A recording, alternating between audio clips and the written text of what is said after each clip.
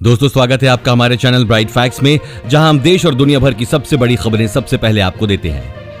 देश भर में मामलों की कुल संख्या 1,51,767 हो गई है, जिनमें से 83,004 सक्रिय मामले हैं। 64,426 लोग ठीक हो चुके हैं और जैसे जैसे ये मैं आपको बता रहा हूं, ये आंकड़े और भी बढ़ रहे होंगे। तो दोस्तों, जैसा कि आप जानते हैं, लॉकडाउन 4 बहुत ही जल्द खत्म होने वाला है और ऐसे में लॉकडाउन 5 की शुरुआत होगी या नहीं, या फिर लॉकडाउन के बाद किस तरह की छूट आपको मिलेगी, ये सब जानने के लिए हमारी वीडियो को अंत तक जरूर देखें। इसी के साथ दोस्तों, आज की बड़ी खबरों में आप देखेंगे क्या भारत में एक बार फिर 15 जून तक बढ़ सकता है लॉकडाउन, क्या है इसकी सच्चाई, जानने के लिए बने रहिए। और आगे देखेंगे, अगर लॉकडाउन में रद्द हुई थी आपकी ट्रेन तो रेलवे काउंटर पर जाकर ले लें रिफंड। कैसे लेंगे रिफंड, इसकी पूरी जानकारी के लिए वीडियो को देखते रहिए। ये सरकारी बैंक कर रहे हैं मदद, आप भी जान लें। आगे देखेंगे सरकार का बड़ा फैसला, पान तंबाकू से रोक हटी, रेड जोन में भी चलेगी टैक्सी। जानिए इससे जुड़ी सभी बातें। लेकिन उससे पहले इस वीडियो को बनाने में मुझे बहुत मेहनत लगती है और इस मेहनत के लिए वीडियो को आप एक छोटा सा लाइक जरूर कर दें। फटाफट से ले चलते हैं आपको हमारी आज की सबसे पहली और बड़ी खबर की तरफ। क्या भारत में एक बार फिर 15 जून तक बढ़ सकता है लॉकडाउन? देश भर में संक्रमित मरीजों की संख्या में लगातार इजाफा हो रहा है। इसी के चलते सरकार ने लॉकडाउन को 31 मई तक बढ़ा दिया, लेकिन तमाम कोशिशों के बावजूद संक्रमण फैलता ही जा रहा है। मरीजों की संख्या 1 लाख से भी ज्यादा हो चुकी है। ऐसे में एक बार फिर लॉकडाउन बढ़ने की आहट शुरू हो गई है। बता दें कि देश में लॉकडाउन का चौथा चरण चल रहा है, जो कि 31 मई को समाप्त हो जाएगा। सूत्रों के अनुसार लॉकडाउन को 15 जून तक बढ़ाया जा सकता है। हालांकि इसको लेकर कोई आधिकारिक बयान नहीं आया है। एक न्यूज चैनल के मुताबिक गृह मंत्रालय राज्यों के साथ मिलकर लगातार निगरानी कर रहा है। सूत्रों का कहना है कि गृह मंत्रालय राज्य सरकारों के साथ तालमेल से लॉकडाउन 4 की समीक्षा में जुटा है। इसको लेकर समीक्षा रिपोर्ट तैयार की जा रही है। सभी राज्यों से लॉकडाउन की रिपोर्ट मांगी जाएगी। इस रिपोर्ट के बाद केंद्र सरकार लॉकडाउन बढ़ाने को लेकर निर्णय ले सकती है। दोस्तों, इसी बीच मौसम बहुत रुख बदल रहा है। कहीं पर बहुत तेज बारिश हो रही है, आंधी चल रही है, तो कहीं पर गर्मी से बुरा हाल है। सोमवार 25 मई से नौतपा शुरू हो चुके हैं। इन दिनों में पूरे 9 दिनों तक धरती से सूर्य की दूरी कम हो जाती है, जिसके चलते तापमान में वृद्धि होगी और 9 दिनों तक झुलसा देने वाली गर्मी लोगों को बेहाल कर देगी। लेकिन इसी बीच कई राज्यों में बारिश की भी संभावना बन रही है। कुछ राज्यों में तो 26 से 28 मई तक भारी बारिश का अनुमान है। भारतीय मौसम विभाग IMD के अनुसार 24 से 28 मई तक असम, मेघालय और अरुणाचल प्रदेश में कुछ स्थानों पर भारी से बहुत भारी वर्षा होने की संभावना है, क्योंकि बंगाल की खाड़ी से लेकर पूर्वोत्तर राज्यों में निचले स्तरों पर तेज हवाएं चलेंगी जो बारिश करेंगी। 26 और 27 मई को भारत के कुछ हिस्सों में भारी वर्षा होने की संभावना है। इसके चलते भारत के उत्तरी भागों में हवाओं का तापमान 40 डिग्री सेल्सियस तक नीचे जाने की उम्मीद है। दोस्तों, इस चैनल पर हम आपको देश और दुनिया भर की सबसे बड़ी खबरें सबसे पहले बताते हैं। अगर आपको भी दुनिया भर की खबरें सबसे पहले चाहिए तो चैनल को बिना भूले नीचे दिए लाल बटन को दबाकर सब्सक्राइब जरूर कर दें और बेल आइकन प्रेस कर दें। अगर लॉकडाउन में रद्द हुई थी आपकी ट्रेन तो रेलवे काउंटर पर जाकर लें रिफंड। लॉकडाउन से पहले रेलवे काउंटर से टिकट कटाने वालों के लिए राहत की खबर है।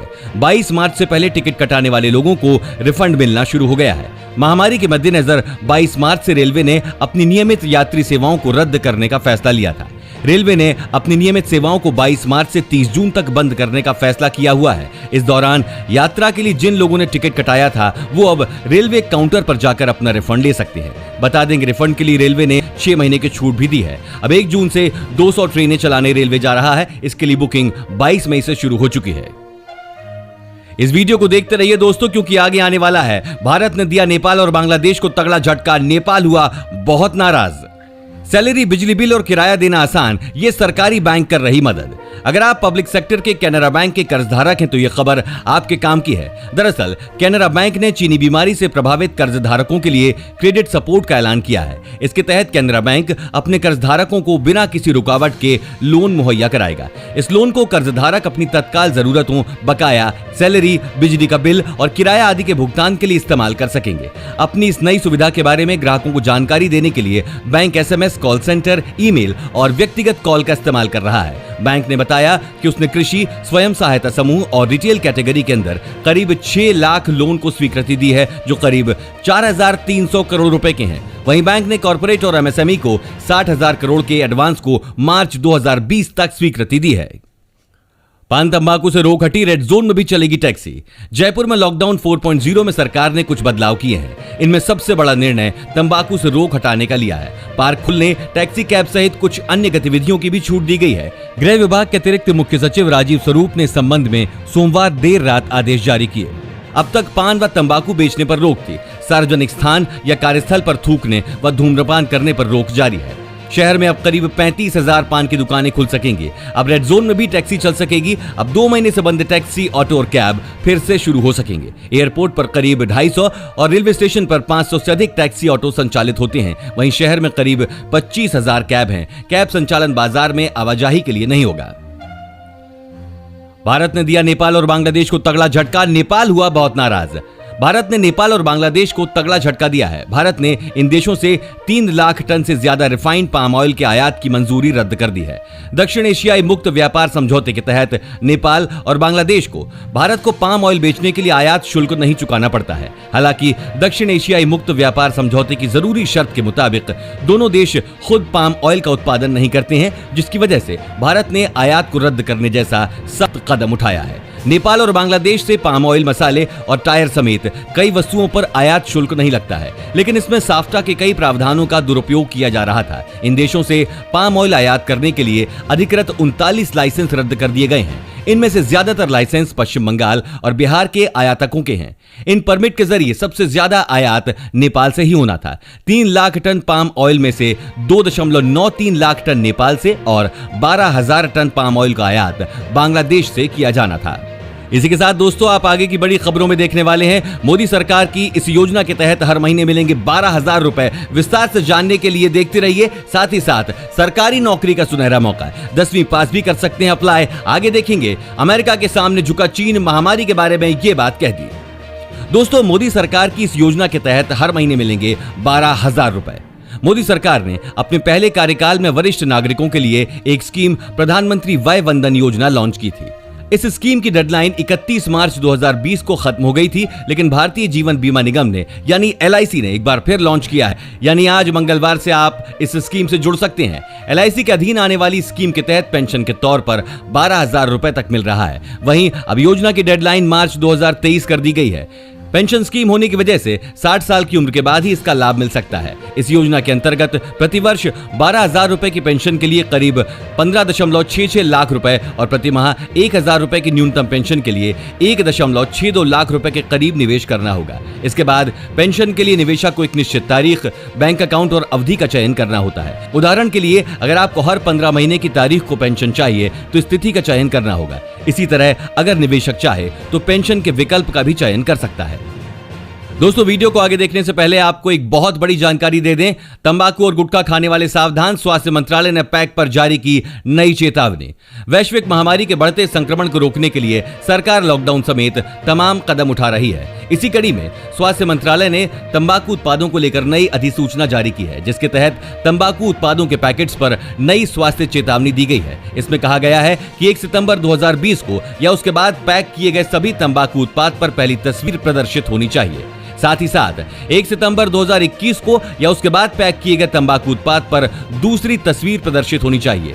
इन नियमों का पालन न करने पर कार्रवाई की जाएगी। इस सिलसिले में स्वास्थ्य मंत्रालय ने सभी राज्यों और केंद्र शासित प्रदेशों के मुख्य सचिव को इस बारे में एक पत्र भी भेजा है, जिसमें कहा गया है कि गैर धूम्र रहित चबाने वाले तंबाकू, पान मसाला और सुपारी में शरीर से अधिक लार बनने लगती है और इससे थूकने की अत्यधिक इच्छा होती है।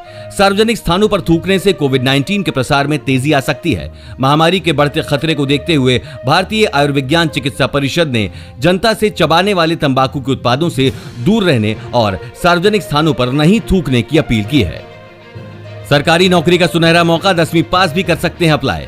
अगर आप 10वीं पास हैं या फिर इससे आगे की पढ़ाई कर चुके हैं और आपको सरकारी नौकरी की तलाश है, तो लॉकडाउन के बीच आपके लिए अच्छी खबर है। सरकारी नौकरी की चाहत रखने वालों के लिए बिहार लोक सेवा आयोग ने मोटर व्हीकल इंस्पेक्टर के पदों पर वैकेंसी निकाली है। इच्छुक और योग्य उम्मीदवार इसके लिए 9 जून तक आवेदन कर सकते हैं। बिहार लोक सेवा आयोग के मोटर व्हीकल इंस्पेक्टर के पदों पर भर्ती के लिए आवेदन की प्रक्रिया शुरू हो गई है। इसके लिए उम्मीदवारों को 9 जून तक अप्लाई करना होगा। आवेदकों को इसके लिए ऑनलाइन आवेदन करना है। उपरोक्त पद पर आवेदन के लिए इच्छुक और योग्य उम्मीदवार को बिहार लोक सेवा आयोग की आधिकारिक वेबसाइट पर जाना होगा। नोटिफिकेशन के मुताबिक सिर्फ ऑनलाइन आवेदन ही स्वीकार किए जाएंगे। दोस्तों, इसी बीच बहुत ही हैरान कर देने वाली खबर निकलकर सामने आ रही है। आप भी सुनिए। लखनऊ में सड़कों पर बिखरे 500 के नोट। जी हां दोस्तों, लखनऊ में एक संदिग्ध बाइक सवार ने 500 रुपए के कई नोट हवा में उड़ाए। ऐसा देखकर कई लोग नोट लेने के लिए दौड़े और धक्का मुक्की करने लगे। सूचना पर पुलिस मौके पर पहुंची और उसने 3 लोगों को पकड़ा। संक्रमित नोट होने की आशंका के तहत उनको क्वारंटाइन के लिए भेज दिया है और 500 रुपए के नोटों को जांच के लिए भेज दिया गया है। इलाके में दहशत फैल गई है। यह मामला शुक्रवार को पारा के पूर्वी दीन खेड़ा डीजल पंप के करीब का है। अचानक एक तेज रफ्तार संदिग्ध बाइक सवार आया और 500 के नोट उड़ाते हुए निकला। आसपास के राहगीर और पास में खड़ी गैस सिलेंडर के डिलीवरी बॉय नोट बटोरने में जुट गए। संक्रमित नोट होने के डर से कुछ लोगों ने इसकी जानकारी पारा पुलिस को दी। अमेरिका के सामने झुका चीन महामारी के बारे में यह बात कह दी। चीन युद्ध के लिए अमेरिका की तैयारी को देखकर महामारी से संबंधित सभी प्रकार की जांच करने के लिए मान गया है। इससे पूर्व चीन ने कई बार विश्व समुदाय के द्वारा बीमारी की जांच करने के लिए नकार दिया था। WHO की एक बैठक में चीन के राष्ट्रपति ने महामारी की उत्पत्ति से संबंधित जांच करने के लिए मना कर दिया था और कहा था कि यह जांच इस वायरस के अंत होने के बाद कराई जा सकती है। चाइना के विदेश मंत्री वांग ई ने कहा कि वायरस को लेकर चीन के ऊपर आरोप लगाने और इस वायरस पर तरह तरह की बातें करने में अमेरिका के राष्ट्रपति डोनाल्ड ट्रंप की तमाम कोशिशें विफल हो चुकी हैं। वांग ई ने कहा कि इस वायरस की उत्पत्ति से संबंधित सभी स्रोतों की जांच कराने के लिए अंतर्राष्ट्रीय वैज्ञानिकों के साथ चीन काम करने के लिए पूरी तरह से तैयार है। आपको बता दें कि अमेरिका हमेशा से चीन के ऊपर इस वायरस को फैलाने और चीन के लैब में तैयार करने का आरोप लगाता आ रहा है। और इसी के साथ आप आगे देखने वाले हैं दोस्तों, 31 मई तक नहीं जमा किया बिजली का बिल तो भरनी होगी पेनल्टी। और रोडवेज शुरू, लेकिन लागू हो गया बसों का बढ़ा हुआ किराया। पूरी जानकारी के लिए देखते रहिए। इजराइल का कमाल, चीन के छक्के छुड़ाएगा स्वदेशी तेजस। चीन के साथ लद्दाख और अन्य सीमाओं पर लगातार चल रहे विवाद के बीच भारतीय वायुसेना ने अपनी 18वीं स्क्वाड्रन को सक्रिय कर दिया है। इसका आदेश air force chief air marshal RKS Bhadauria ने दिया है। उन्होंने सुलूर में स्थित 18वीं स्क्वाड्रन में तैनात फ्लाइंग बुलेट्स यानी हल्के लड़ाकू विमान LCA तेजस को सक्रिय रहने के लिए कहा है। तेजस विमान पाकिस्तान और चीन के संयुक्त उत्पादक थंडरबर्ड से कई गुना ज्यादा दमदार हैं। अंतर्राष्ट्रीय स्तर पर जब तेजस की प्रदर्शनी की बात की गई थी तब पाकिस्तान और चीन ने थंडरबर्ड को प्रदर्शनी से हटा लिया था। यह बात है बहरीन इंटरनेशनल एयर शो की। तेजस 4थी पीढ़ी का विमान है, जबकि थंडरबर्ड MiG-21 को सुधार कर बनाया जा रहा है। दोस्तों, 31 मई तक जमा नहीं किया बिजली का बिल तो भरनी होगी पेनल्टी।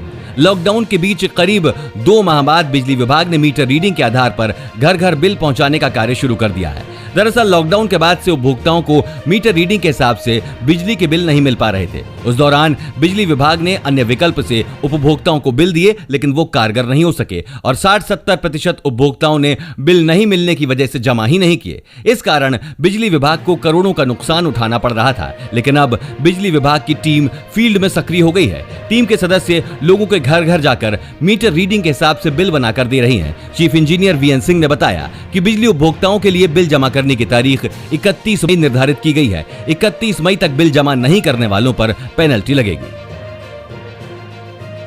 वहीं दोस्तों, फेमस क्रिकेटर सचिन तेंदुलकर की 25वीं शादी की सालगिरह पर परिवार को दिया खास सरप्राइज। सचिन तेंदुलकर ने अपने इंस्टाग्राम अकाउंट पर एक वीडियो शेयर किया है जिसमें वो कुल्फी बनाते नजर आ रही हैं। सचिन ने इस वीडियो में यह भी बताया कि उन्होंने ये आम की कुल्फी किस तरह बनाई है। तेंदुलकर की मां भी उनकी मदद करने के लिए रसोई में मौजूद हैं। इस खास माहौल में सचिन तेंदुलकर अपने परिवार के चेहरों पर मिठास घोलने के लिए खुद एक शेफ बन गए हैं। उन्होंने कैप्शन में लिखा कि शादी की सालगिरह पर एक सरप्राइज। शादी की 25वीं सालगिरह पर पूरे परिवार के लिए आम कुल्फी बनाई। रोडवेज शुरू, लेकिन लागू हो गया बसों का बढ़ा हुआ किराया। हरियाणा रोडवेज विभाग की बसों में सफर करना महंगा हो गया है। इससे अब यात्रियों को अपनी जेब ढीली करनी पड़ेगी। विभाग की ओर से बसों का किराया बढ़ाने के आदेश जारी कर दिए गए हैं। इसमें 85 पैसे प्रति किलोमीटर की बजाय बढ़ा हुआ किराया 1 रुपया प्रति किलोमीटर के हिसाब से लगेगा। किराए में टोल टैक्स की राशि अलग से जोड़ी जाएगी। 100 किलोमीटर की दूरी तक किराया 1 रुपया प्रति किलोमीटर और 100 किलोमीटर से ज्यादा पर 1.05 रुपए प्रति किलोमीटर के हिसाब से वसूला जाएगा। आज की आखिरी खबर में दोस्तों, महामारी के खिलाफ मिलकर लड़ने वाले हैं भारत और इजराइल। जाने क्या है प्लान।